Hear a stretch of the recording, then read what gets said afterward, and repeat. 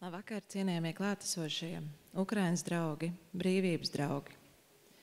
Nebūšu oriģināli sakot, ka mēs dzīvojam tiešām trauksmainos laikos, bet ar trauksmainiem laikiem ir tā, ka tos var pārvarēt tikai kopā, un kopībai tādos laikos ir izšķirīga nozīme.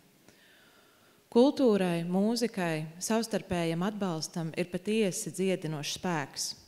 Un man liekas, to mēs arī šovakar jūtam šeit klātienē, šajā zālē un arī tiešraidē savos ekrānos.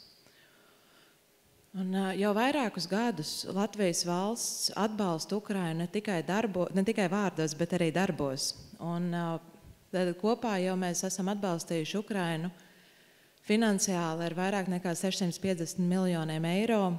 Un mēs esam atbalstījuši Ukrainu dažādos veidos un dažādos formātos.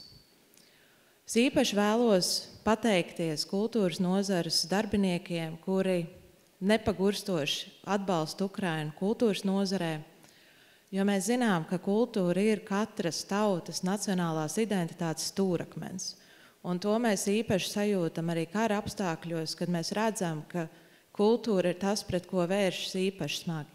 Tāpēc ļoti vēlos pateikties tiem, kuri gan palīdz Latvijā ar Ukrainas stāstu, stāstīšanu, došanu platformas došanu Ukrainas stāstiem, gan arī ar palīdzības organizēšanu uz Ukrainu, lai palīdzētu glābt gan pieminekļus, gan muzejiskās vērtības un citus priekšmetus, kas ir tautas identitātes kodols.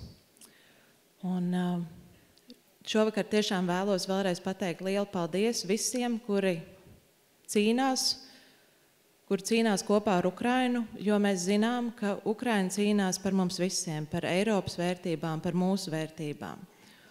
Un būsim kopā, cīnīsimies kopā ar Ukrainu, un paldies jums!